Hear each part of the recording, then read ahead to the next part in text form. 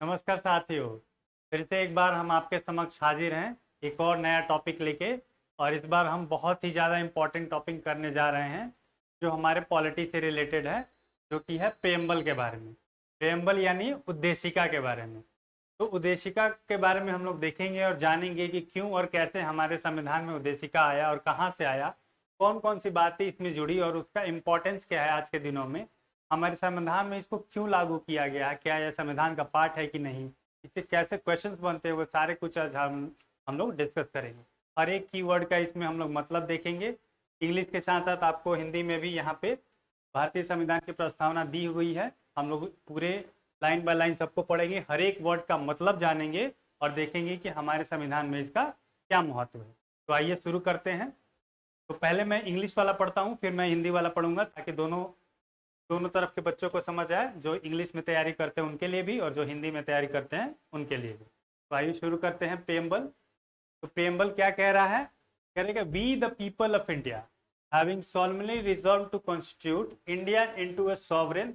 जो की वर्ड्स होंगे मैं उनको हाईलाइट करते जाऊंगा हिंदी और इंग्लिश दोनों में, ठीक है, लेकिन हम आखिरी में समझेंगे हिंदी वाले से। सॉवरेन इसमें है keyword, socially secular democratic republic and to secure all its citizens justice. कैसा जस्टिस भाई? Social, economic, political liberty. Liberty कैसा लिबर्टी? तो liberty of thought, expression, belief, faith, worship and equality. Equality कैसी equality? Equality of status and opportunity and to promote among them of fraternity, ठीक है, assuring the dignity of the individual and unity and integrity of the nation in our constituent assembly this 26th day of November 1949 to hereby adopt, enact and give ourselves to this constitution। तो रहा ये English का। अभी चलते हैं हिंदी वाले में, दोनों को देख लेंगे, फिर मैं आपको मतलब बताऊंगा इसका। तो हिंदी वाला में प्रस्तावना हमारा कह रहा है कि हम कौन? तो हम भारत के लोग भारत को एक संपूर्ण प्रभुत्व संपन्न समाजवादी पंथ निरपेक्ष लोकतंत्रात्मक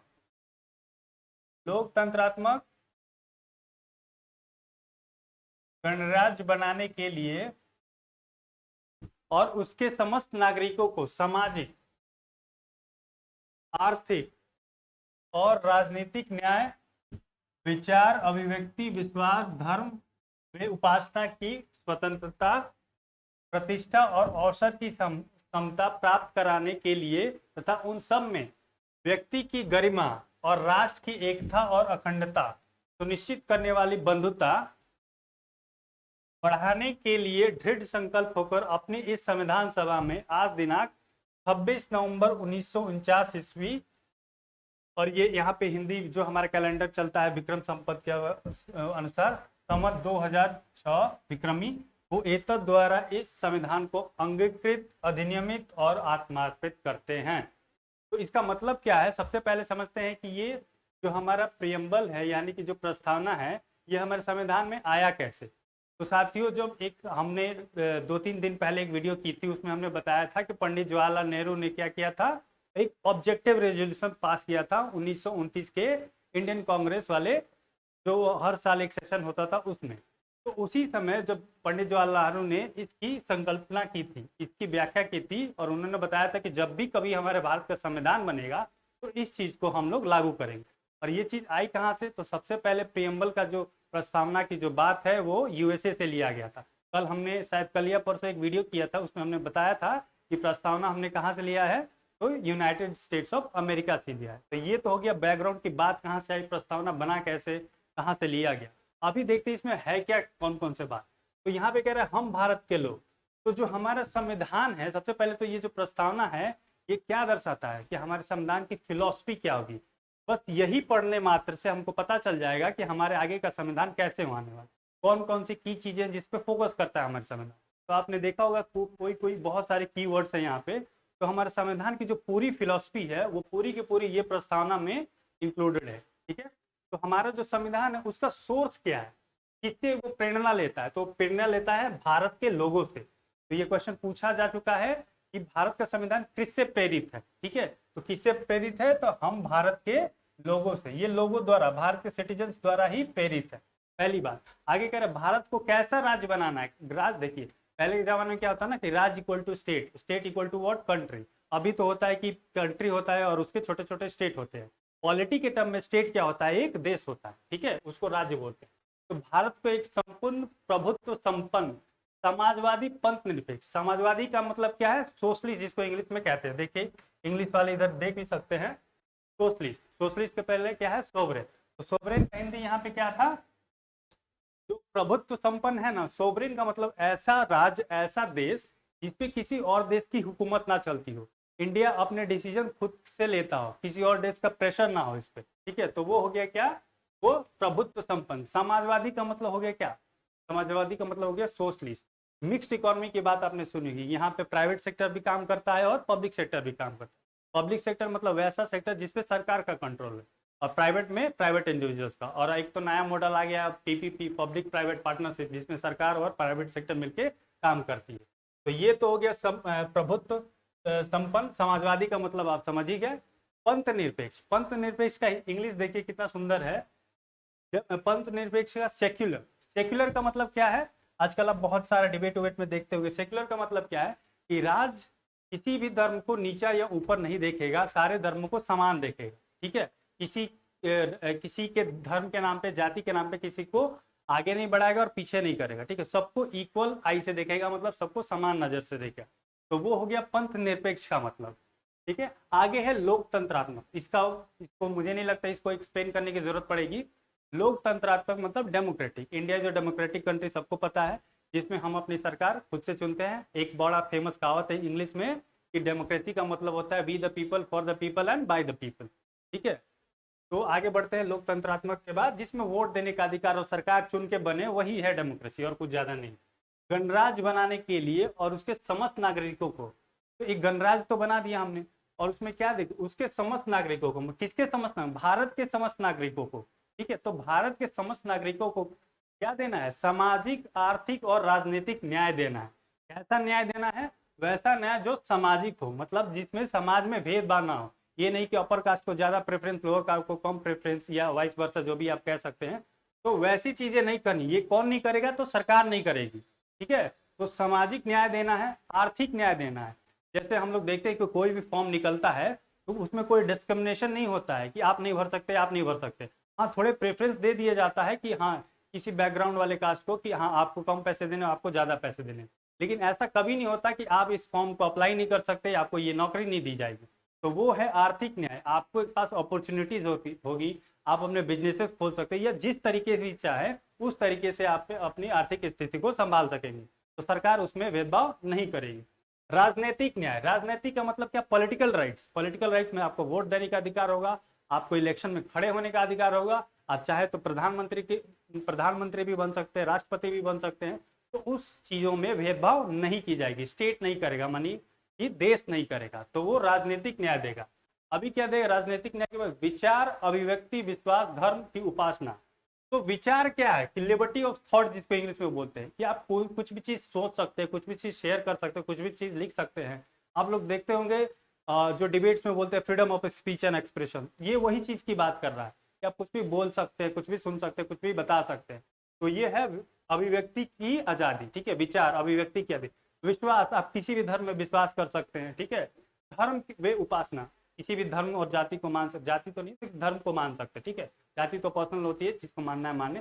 तो किसी भी धर्म को आप मान सकते हो। वे उपासना की स्वतंत्रता, स्वतंत्रता मतलब क्या, इन चीजें, कौन सी चीजें, तो विचार, अभिव्यक्ति, विश्वास व धर्म की स्वतंत्रता। आप जो चाहे इन चीजों के बारे में करिए, सरकार आपको इस चीजों में हस्तक्षेप नहीं करेगी, ठीक है। आगे बढ़ते हैं।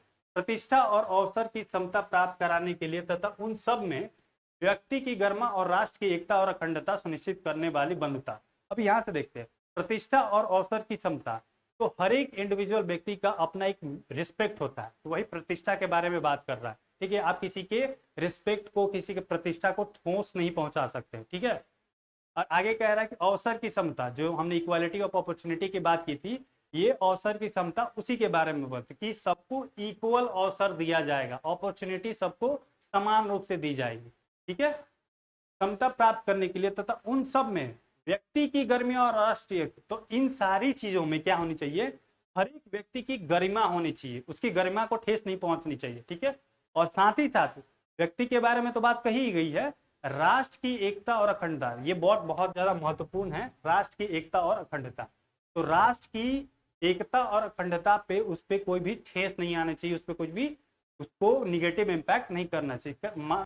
कि हो सकता है कि आप ये सारी बात अपने लिए माने और राष्ट्र की एकता और अखंडता को आप चोट पहुंचा, तो ऐसी चीजें नहीं करनी है। ये सारी चीज करते हुए आपको राष्ट्र की एकता और अखंडता को बरकरार रखते हुए करना है, ठीक है, तभी ये स्टेट आपको ये सारे राइट्स देगा। को सुनिश्चित करने वाली बंधुता, बंधुता क्या है, जो इंग्लिश में फ्रेटर्निटी हम लोग बोलते हैं, तो आपसी भाईचारे की बात की गई है। ये नहीं कि आपस में हिंदू मुसलमान और ऊंच नीच का भेदभाव रख के, जाति पाति का वो भेदभाव रख के उसको बंधुता को खत्म करना। तो बंधुता को बढ़ाने के लिए तो वो बंधुता को क्या करना है, बरकरार रखना है, फ्रेंडशिप को बरकरार रखना है, भाईचारे को बरकरार रखना है। तो बंधुता को बढ़ाने के लिए दृढ़ संकल्प होकर अपनी इस संविधान सभा में, तो कह रहा है इन सारे चीजों के लिए दृढ़ संकल्प होकर अपनी इस संविधान सभा में, कौन सी संविधान सभा की बात कर रहा है, वो संविधान सभा जो पहले बनाई गई थी, जो शुरुआत में बनाई गई थी, ठीक है। आज दिनांक 26 नवंबर 1949 ईस्वी। आपको पता होगा कि हमारा जो संविधान है 26 नवंबर, ये डेट बहुत इंपॉर्टेंट है, 1949 ईस्वी को बनके तैयार हो गया था, ठीक है, लेकिन लागू नहीं हुआ था उस दिन। क्यों लागू नहीं हुआ था, आप अगर जानते हैं तो कमेंट सेक्शन में लिख के जरूर बताइएगा। फिलहाल के लिए मैं बता देता हूं कि 26 नवंबर 1949 को हमारा पूरा संविधान बन तो गया था, लेकिन हमने पहले शुरुआती टाइम में ही बताया था कि पंडित जवाहरलाल नेहरू ने क्या किया था, ये प्रस्तावना की नींव रखी थी। कब, 1929 में। तो वो जो दिन था, उन्होंने वो एक शपथ लिया था पूरे कांग्रेस के लोगों ने मिलके कि 26 जनवरी को ही हम अपना क्या मनाएंगे, हम अपना वो मनाएंगे, आजादी का दिवस मनाएंगे। तो उसी डेट को एज मार्क ऑफ रिस्पेक्ट रखने के लिए ये 26 नवंबर से बढ़ा के हम लोग क्या कर दिए, 26 जनवरी कर दिए, 26 जनवरी 1950 कर दिए, ठीक है, 26 जनवरी 1950 कर दिए। आज हमारा स्वतंत्रता दिवस मनता है 15 अगस्त को, लेकिन पहली बार स्वतंत्रता दिवस 26 नवंबर 1949 को मनाने की घोषणा की थी किसने, जवाहरलाल नेहरू ने, ठीक है। तो इसी 26 जनवरी के जो डेट है, इसको एज मार्क ऑफ रिस्पेक्ट रखने के लिए 26 नवंबर 1949 को हमारा संविधान ना लागू होके 26 जनवरी 1950 को लागू हुआ था, ठीक है, इसीलिए ये वर्ड आया यहाँ पे। ये दोनों डेट्स आप याद रखेंगे। आगे ये तो हमारा संवत 2006 विक्रम समिति, जो हमारा एंशियंट से कैलेंडर चल रहा है, उसका डेट यहाँ पे दिया गया है। वो एतत् द्वारा इस संविधान को अंगीकृत, अधिनियमित और आत्मार्पित करते हैं। जैसे इंग्लिश में बहुत सुंदर वर्ड है, वो मैं आपको दिखाता हूँ, क्या दिखा है, to hereby adopt, enact and give ourselves to this constitution. मतलब क्या कि ये जो कॉन्स्टिट्यूशन है उसको हम एडॉप्ट करते हैं, इनैक्ट करते हैं और अपने आप को ये संविधान देते हैं, यानी कि उसको हम मानते हैं आज के बाद इस डेट से, ठीक है, जो डेट मैंने यहाँ पे आपको अभी दिखाया इस डेट से, ठीक है। तो ये था हमारा पूरा इन शॉर्ट प्रियम्बल। इसमें एक ही बार अभी तक, अच्छा 2-3 फैक्ट्स और हैं, उसको मैं बता देता हूँ। जो प्रस्तावना है वो हमारे संविधान का एक अटूट भाग है। ये सुप्रीम कोर्ट ने कितनी बारी कहा है, और इससे एक रिलेटेड बहुत ही फेमस वो है, फेमस सुप्रीम कोर्ट का ऑर्डर है जिसको बोलते हैं हम लोग केशवानंद भारती केस।